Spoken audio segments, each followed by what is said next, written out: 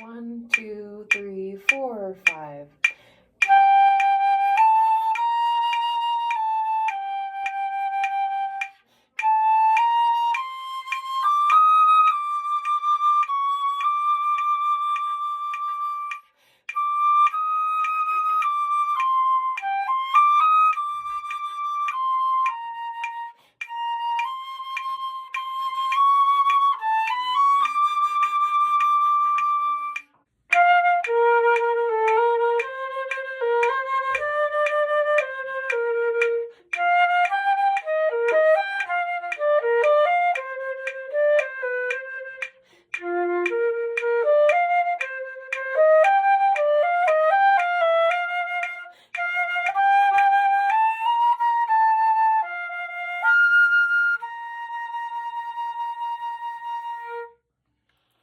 Hello, here is some instruction on the slow etude for Region 17 middle school flute music.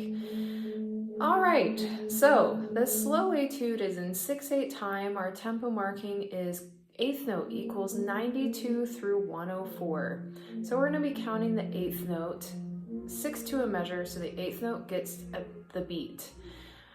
Starting here at the very beginning, we're going to add in some musicality markings, some notations. At the very beginning, we're going to add in hairpin dynamics. We're going to crescendo to beat 4 on the B flat and diminuendo away from that to create some nice shape to the phrase. In measure 2, we have a tie note. Whenever you have a tie, we cut the tie note and add a rest right there. In our case, we're going to take a breath right on beat 4. Continuing on at measure 3, we have a crescendo. We're going to use this notation that I use to help me pace out my crescendos. And so there's 3 beats here that we're working with. So the first beat is going to be the quietest, so I have marked it 1 of 3. Beat 4 is then going to be a little bit louder, and then beat 1 of measure 4 is the loudest, and so that's 3 of 3. Then we have a diminuendo on that D. So as you play that diminuendo, it's a combination of less air and using your embouchure to direct the air direction higher. You can also potentially use your chin by raising your chin to help with that airstream, but I don't really recommend that in the middle of the piece. You want to stay pretty still. But you want to listen to that D to make sure that it doesn't drop in pitch as you're getting quieter. So using the bottom lip to help direct the air up is going to be very helpful.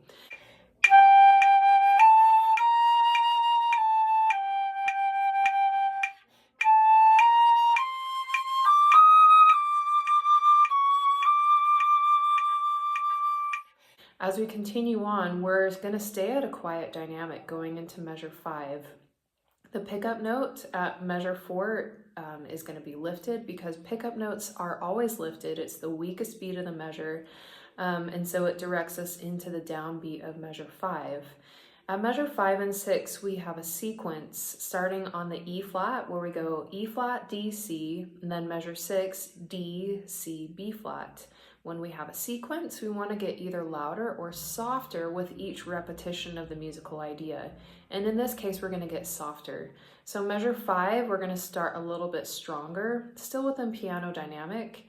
And then measure 6 on the downbeat will be a little bit quieter. The 16th notes in between are going to be like pickup notes. So we're going to play those 16th notes directing into the downbeat, almost like a little crescendo. Then, starting after the breath mark, going into measure 7, we've got another crescendo. And so just like the line before where I have these ratios 1 to 3, 2 to 3, and 3 to 3, we are going to get louder with each slur, with each slurred group, so that we pace out the crescendo, so that at measure 8, that D is going to be nice and strong with another diminuendo. So same thing as the line above, keep that pitch up, nice tone quality, but getting softer on it for all 5 beats of that. You can breathe on beat 5 for both of those notes as well.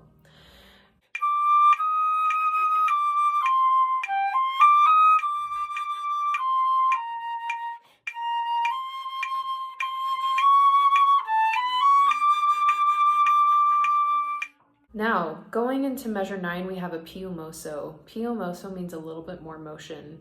We're going to be stronger as well. And so the tempo is going to go a little bit faster, maybe about like 10 or 12 beats faster than when you started at the beginning of the piece. At measure 9, we're going to shape the phrase by adding in a crescendo through measure 9 and a diminuendo at measure 10, just to create more interest and shape, make it sound more musical. Measure 11, we're going to treat those 16th notes like we did at measure 5, where the 16th notes are going into the next strong beat. So measure 11, the first group goes into beat 4 on the F, and then into the downbeat of measure 12. And that's just like the slight crescendo into the beat. It's hardly a crescendo, but you're thinking about your air being strong going into the strong beats. Then you have a diminuendo at measure 12. And as you do that, think about that pitch. The C is going to go flat if you're not careful. And so using your lips to help direct the air a little bit higher on those notes.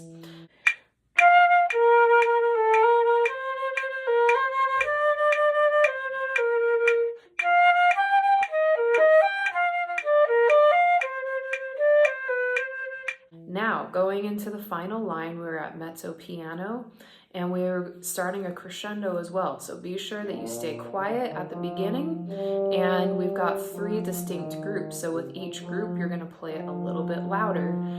So we have 1 of 3, 2 of 3, and 3 of 3, so that you end on beat 4 on that F nice and strong. Then we have pickup note into measure 15. We have a ritardando above measure 15 as well.